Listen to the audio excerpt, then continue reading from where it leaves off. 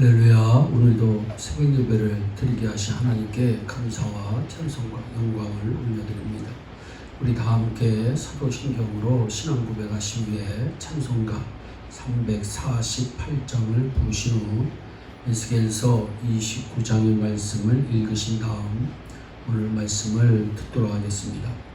에스겔서 29장에서 32장까지는 심판받을 7나라 중 애굽이라고 하는 나라에 관한 내용입니다. 에스겔 선지자가 애굽에 대해서 받은 예언이 7가지입니다. 7가지 메시지를 한마디로 정리하면 악인은 반드시 망한다입니다. 에스겔은 하나님으로부터 메시지를 받으며 꼭 날짜를 기록해 놓는 습관이 있었습니다. 에스겔 전체에서 나타난 공통적인 현상입니다. 왜 에스겔 선지자는 날짜를 기록했을까요? 그 이유는 에스겔이 하나님께 받은 말씀이 사람이 지어낸 허구가 아니고 역사적 사실성을 가진 메시지임을 증거하기 위함입니다. 29장에서는 애굽에 대해 받은 7가지 중 2가지가 나오지만 나머지 5가지 내용도 간단히 설명드리겠습니다. 먼저 29장 1절로부터 16절에 보면 하나님은 악인을 대적하신다는 것을 말씀합니다. 하나님은 악인의 편을 안 들어주시고 악인과 원수 되십니다. 에스겔서 29장 3절에 너는 말하여 이르기를 주 여호와의 말씀에 애굽 왕 바로야 내가 너를 대적하노라. 하나님께서 애굽 왕 바로를 대적하신다고 말씀하고 있어요. 하나님께서 애굽과 원수 된다고 말씀한 겁니다. 하나님이 애굽과 원수로 지내는 이유가 무엇입니까? 바로 왕이 나일강을 자신이 만들었다고 말했기 때문입니다. 하나님은 천하만물의 창조주이십니다.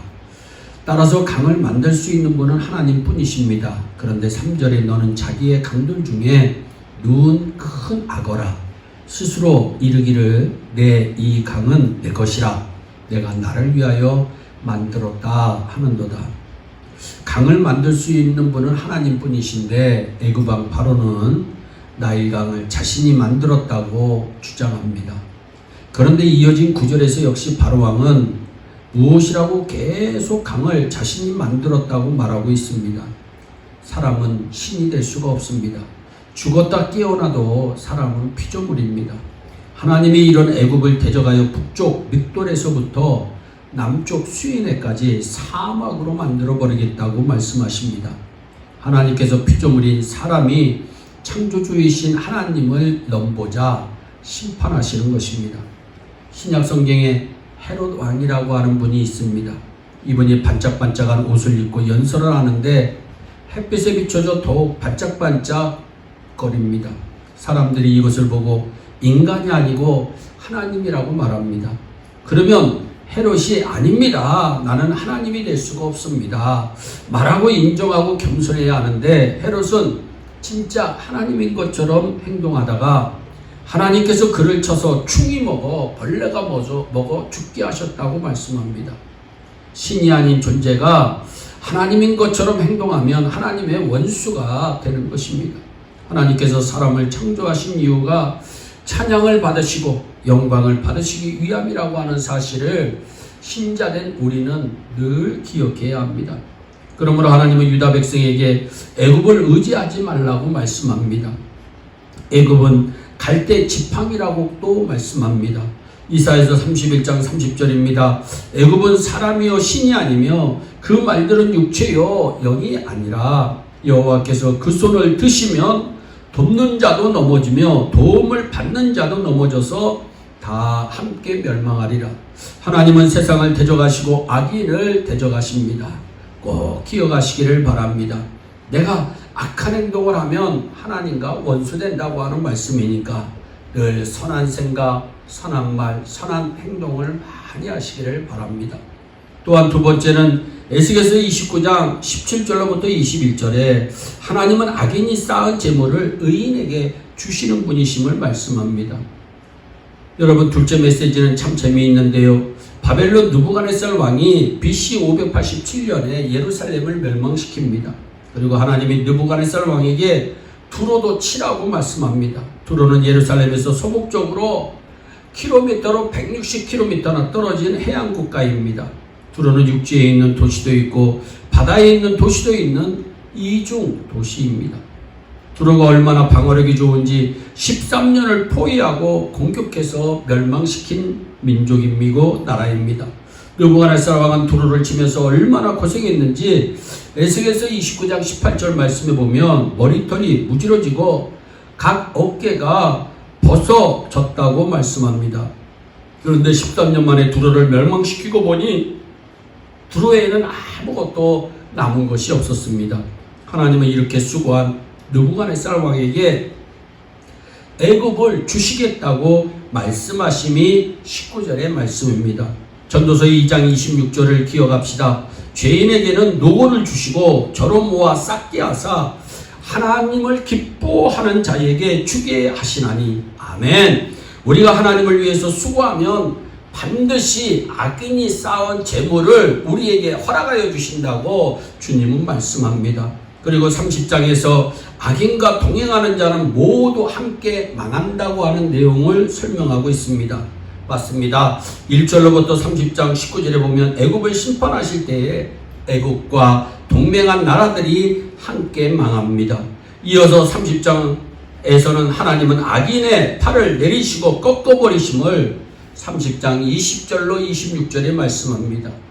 다섯 번째는 에스겔서 31장 1절로 16절로 악인의 번영을 부러워하지 말라고 말씀합니다. 또한 1절로 16절에 32장 악인은 결국 조롱의 대상이 됨을 설명하고 있습니다. 에스겔서 32장 17절로 32절에 악인은 죽어서 반드시 지옥에 떨어짐을 말씀합니다. 일곱 번째 메시지는 음부를 들여다보고 예언한 겁니다. 애국과 동맹한 무리가 모두 지옥에 가 있습니다. 에스겔서 32장 18절입니다. 인자야 애굽의 무리를 애곡하고 그와 유명한 나라 여자들을 구덩이에 내려가는 자와 함께 치하에 던지며 말씀합니다. 지옥에 가보니 애굽 왕도 있고 애굽 사람들도 있고 아수르와 온 무리가 있음을 말합니다. 엘람과 그 온 무리가 있습니다. 메섹과 두발과 그 모든 무리가 있습니다. 에돔과 그 열왕과 방백이 있습니다. 북방의 모든 방백과 모든 시돈 사람이 있습니다. 애굽과 동맹한 자들이 모두 지옥에 와 있음을 성경은 말씀합니다.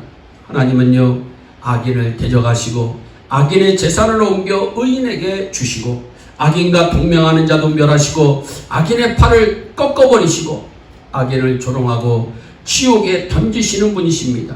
그런데 애굽은 악인을 상징하는 나라요, 세상을 상징하는 나라입니다. 그러므로 우리 성도들은 이 세상을 살아나갈 때 악인과 동맹하지 마시고 세상에 살아도 세상에 속하지 마시고 세상을 의지하거나 세상을 부러워하지 마시고 악인을 부러워하지 마시기 바랍니다.